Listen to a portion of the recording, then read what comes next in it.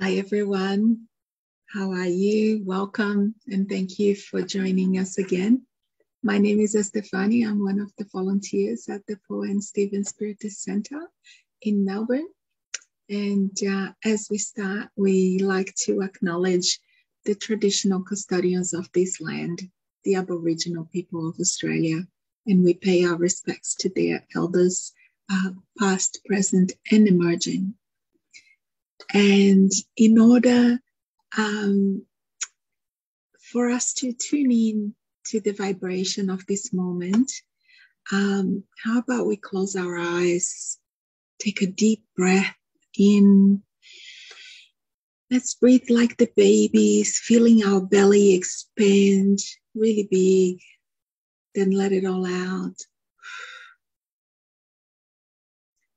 And then we take another breath in, feeling our muscles relaxing, making sure we're sitting comfortably and letting it all out again. And then one last time, making sure that we put away all our busy thoughts and take a deep breath in, inhaling peace and contentment. And as you exhale, you let go of all the stress and anxiety, even if it's just for a little moment. And in this vibration of love and learning, we say the prayer that Jesus taught us. Our Father who art in heaven, hallowed be thy name. Thy kingdom come, thy will be done on earth as it is in heaven. Give us this day our daily bread, and forgive our trespasses, as we forgive those who trespass against us. And lead us not into temptation, but deliver us from evil.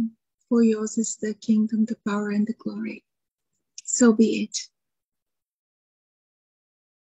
You may open your eyes again. The topic today is animals and us. It was taken from a few places, but primarily from the Spirit's book. And as you know, because I repeat it often enough, the Spirit's book is divided into 4 books or, sections. And so this topic is in book 2, which is called The Spirit World. And specifically in chapter 11, which talks about the 3 kingdoms. And even more specifically, the section that talks about animals and humans. Hence the title Animals and Us. I think you may have seen in some other places the chat called Animals and Men, but that's sort of an old-fashioned style of language that we don't use anymore. So it is in the newer editions, it's called Animals and Humans. And I thought Animals and Us was good enough because we are all humans in this chat, I think. But who knows, there may be some animals watching as well. But in any case, if we can think about the 3 kingdoms, which are possibly 4. So according to the Spirit's book, nature is divided into those minerals, plants, and what is the other one called? I think it's animals. And then, but lately we tend to divide the third one into 2. So we have minerals, plants, animals, and humans. Yeah. And even just looking at those 4 kingdoms, it already demonstrates to us the evolution of all beings on earth. We're all in a constant state of evolution. And that's one of the ways that we can see that.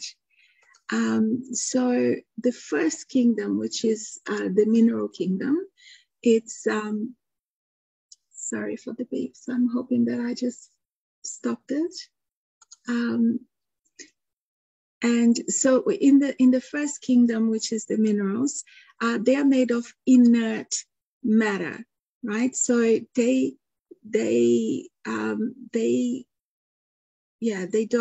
don't have sort of free will or intelligence, but they do possess a mechanical force.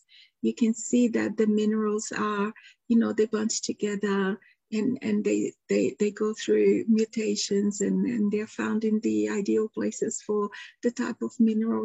They do have that sort of force, but it just happens mechanically. They don't have any input into it.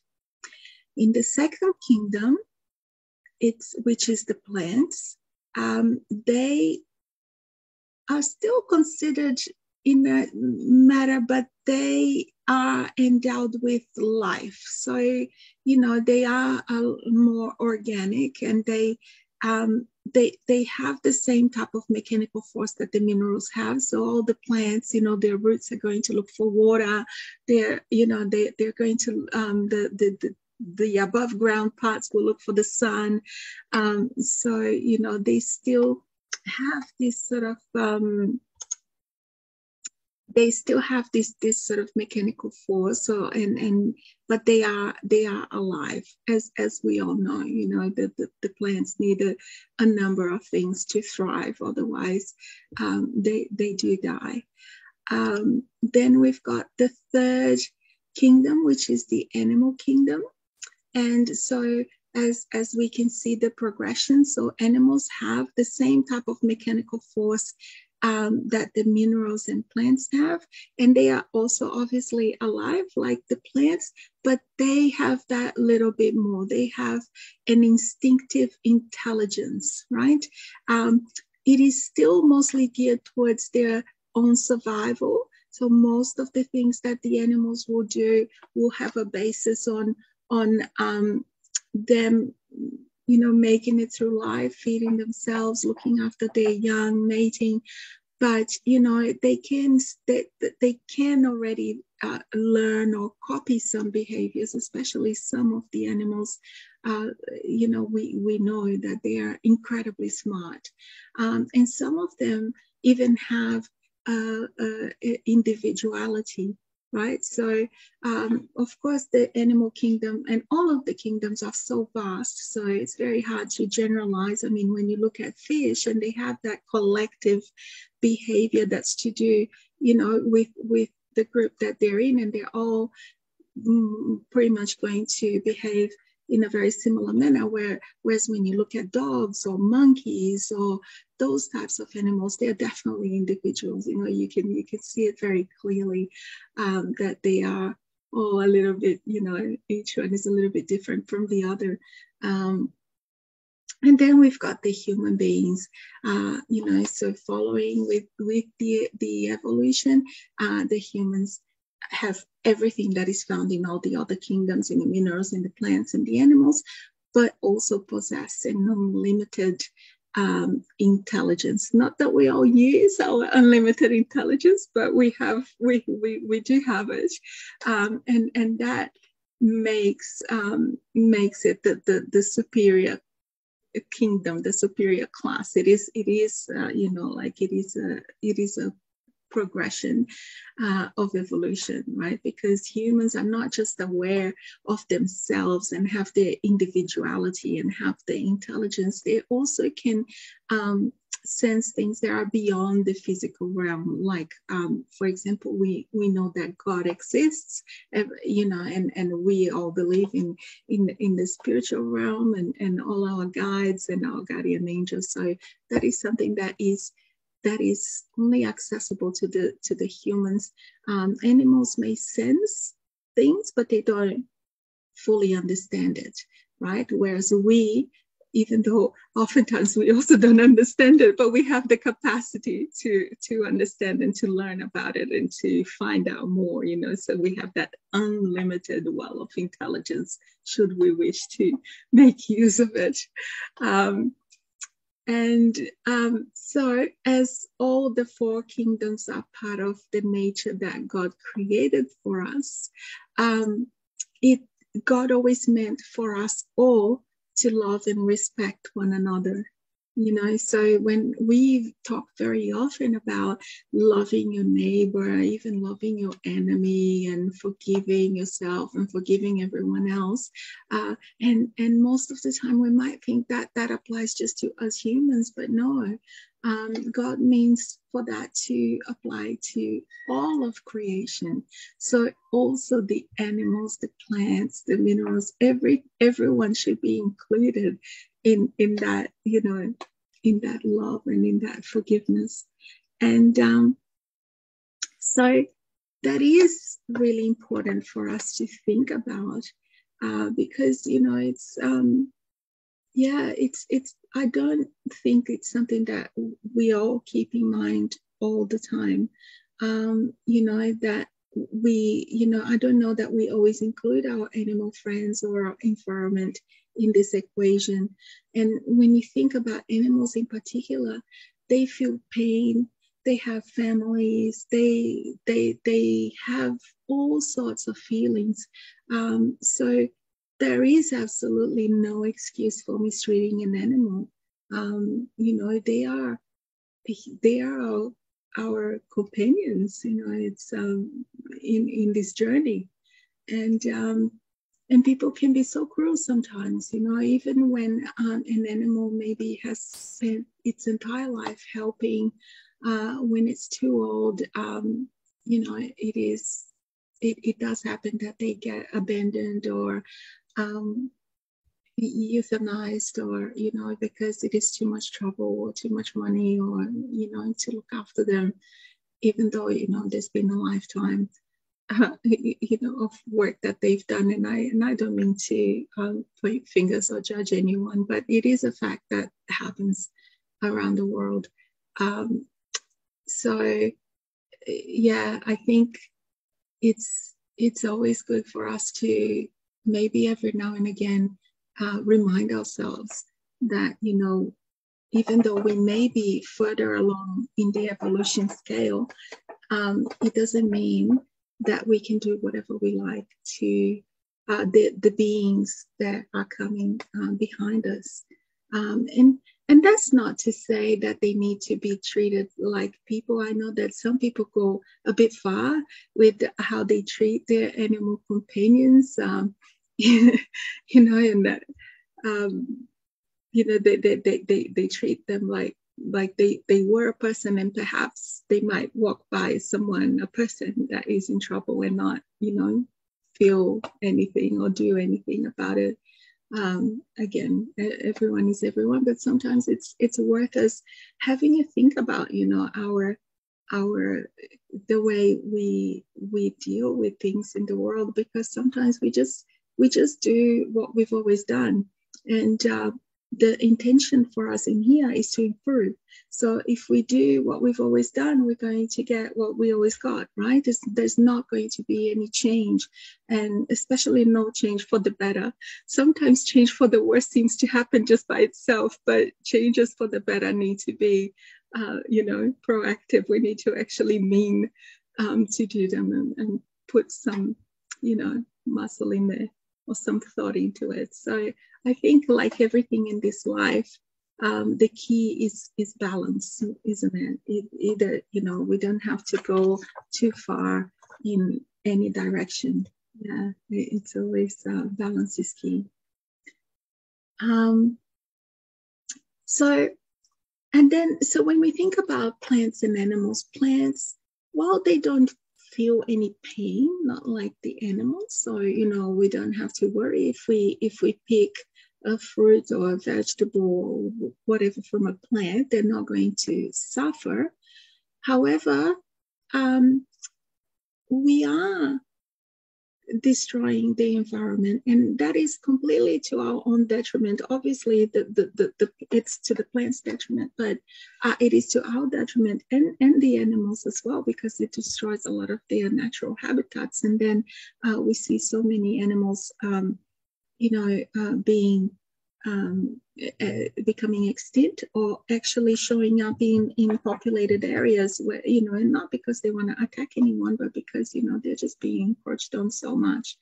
And when you think about plants, they actually can provide us with all the sustenance and all the nutrients that our bodies could ever possibly need.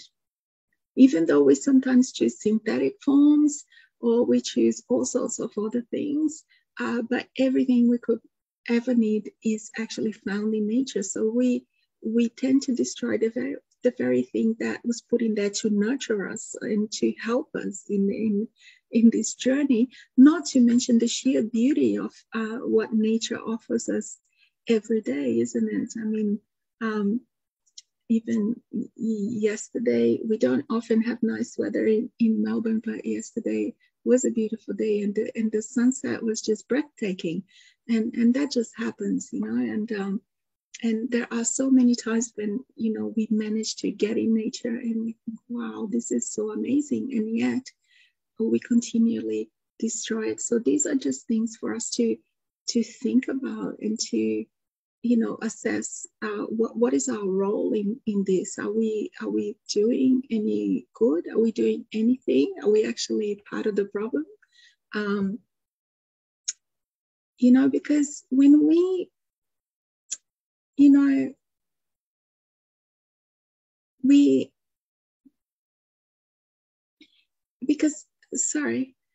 when a lot of people who do care a lot about the environment often talk about, you know, the being worried about the world they're going to leave to their children or their grandchildren. And that is a really valid point. It's a noble sentiment. But, you know, I like to also point out that we as spiritists believe firmly in reincarnation, right? So, you know, if we do believe in reincarnation, as much as, you know, it would be nice, you know, to leave a nice world, a nice planet to our children and our grandchildren, even if you're not planning on having any of those, you can think a little bit more selfishly and understand that it may well be you or me that come back to the same planet that we're in the process of ruining, right? So we're going to have to deal with it. So if nothing else, we should care for the environment, because we may very well be back here having to deal with what's happening right now. So some of us may be really lucky and move on to a nicer planet, or a planet in a further state of evolution. But for a lot of us, this is it. You know, this is where this is where we are. This is where we stay. So yeah, if nothing else, let's think about our future selves, right? And because at the end of the day, if someone cannot respect the plants and the animals around them, they have simply not learned to love. You know, how are you going to, you know, I don't even know that we can love people. I mean, people are so complicated and they don't always respond the way you expect them to. You know, plants and animals are a lot simpler to understand. If we can't even handle them, how on earth are we ever going to progress in our mission here? So yeah, there's a lot of things for us to think about, isn't it? And I guess I couldn't leave a chat about this topic without talking about a really controversial topic. Please forgive me if I say anything that you don't like. You don't have to take it on board, but it is always good for us to reflect on certain things. So, and the topic would be about eating meat, isn't it?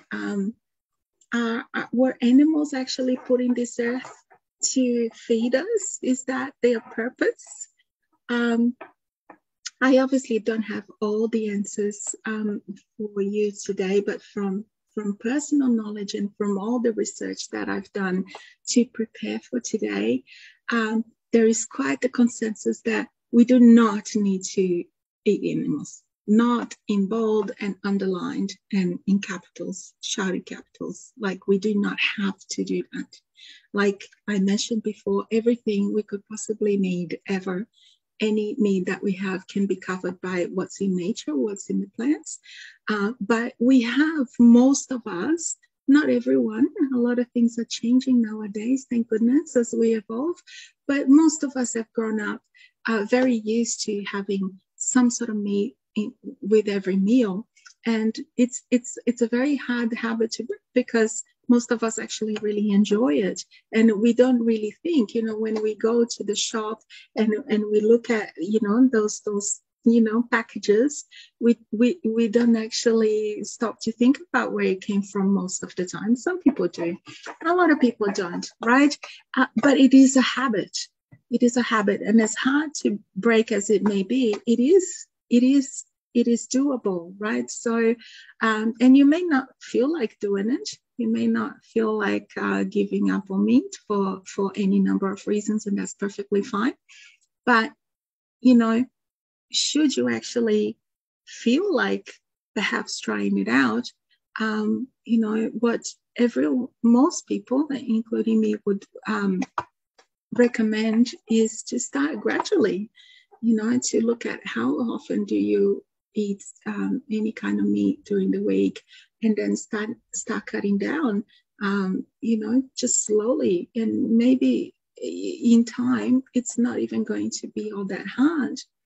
And, and it's not, and there is a lot of reasons for doing that, I mean, the animals, they do suffer, and they release a lot of hormones when they are slaughtered, even if it's not a violent slaughter. And, so we consume those hormones that the animals produce naturally, but they're also injected with hormones and other drugs, which we also consume, and then they interact in our body, and it's not with good results. Trust me on that one. And they're not always very well treated. I know that certainly here in Victoria, if you go out for a drive, you can see like some pastures with the beautiful cows just lazing around, and they look like they have a really good life. But it is not that way everywhere, and when they are separated, the mothers and the babies cry for each other, and and a lot of the other animals are very often mistreated.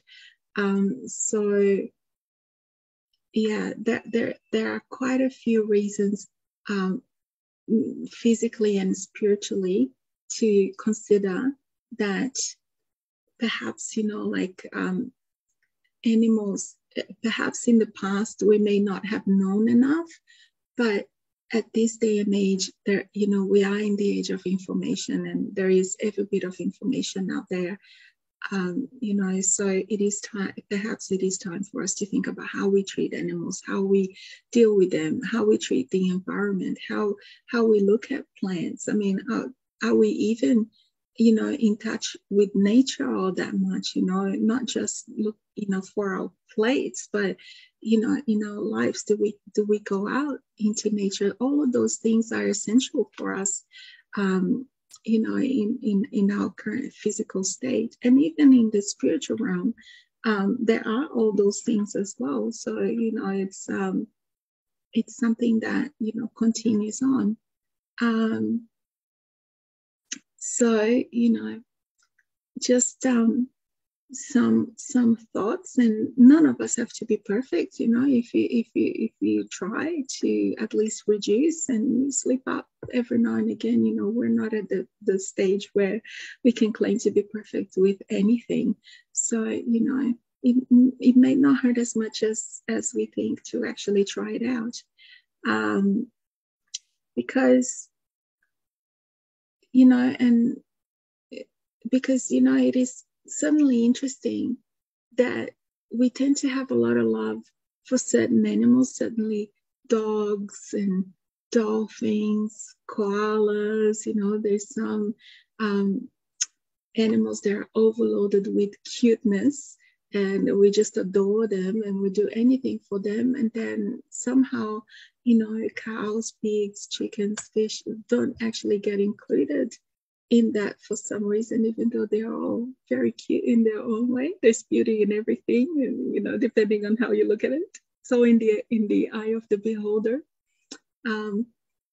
So it actually seems that we've come to a point where we have this idea that the animals and the environment are here to serve us.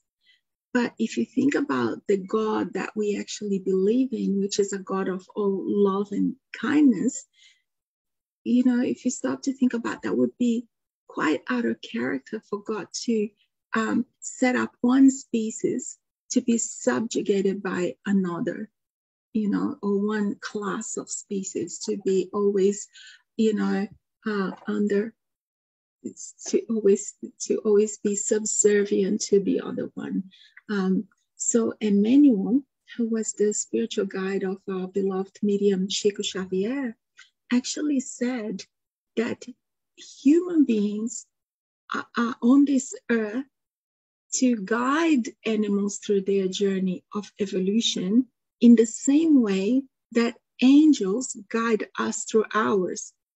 So it's not that we were put on this earth to guide them, no, but the same way that, we are here for our own evolution. Everyone is here for their own evolution, but it's not that, the superior, the classes that are further along are to subjugate the lower ones. It's the other way around. They need to raise them up. So the angels and the spiritual guides, they are above us, but they are constantly helping us to do better and to get through tough things. And that's exactly our role with the other ones. It's a bit like in a family where you have the siblings, the older siblings that their role should be to care for the younger ones, not bully them, right? And unfortunately, we often take the role of the bully rather than the role of the angel. So maybe, that's something for us to think about, how, which role are we taking on with our fellow beings, fellow earthlings. That's where I'm going to stop today, and we're going to go ahead and do our prayer. And so in order for us to get back into that vibration, we're going to once again try and relax and close our eyes and take another deep breath. We reconnect to the vibration that the spiritual team is providing to us. It should feel like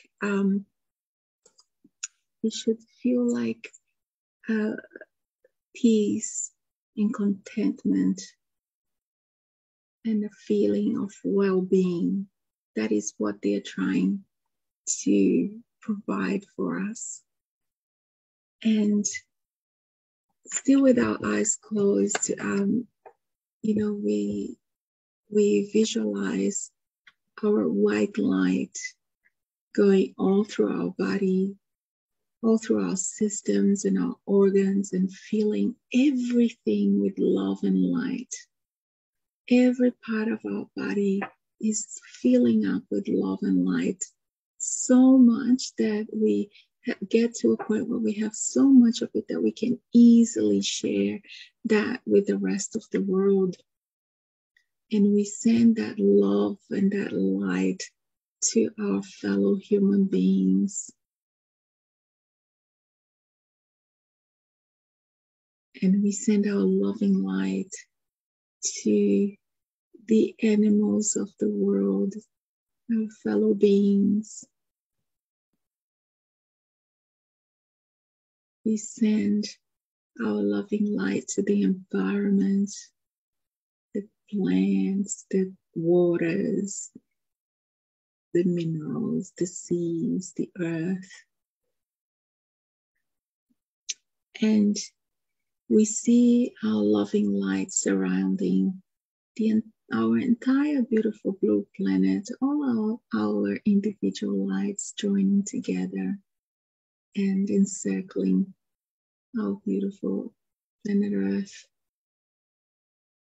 And we trust in our spiritual team and our guardian angels to take that light wherever it is needed.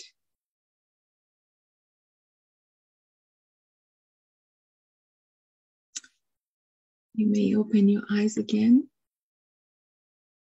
Thank you so much for your company today. It is very much appreciated. And I really hope that you enjoy the rest of your weekend and the week as well.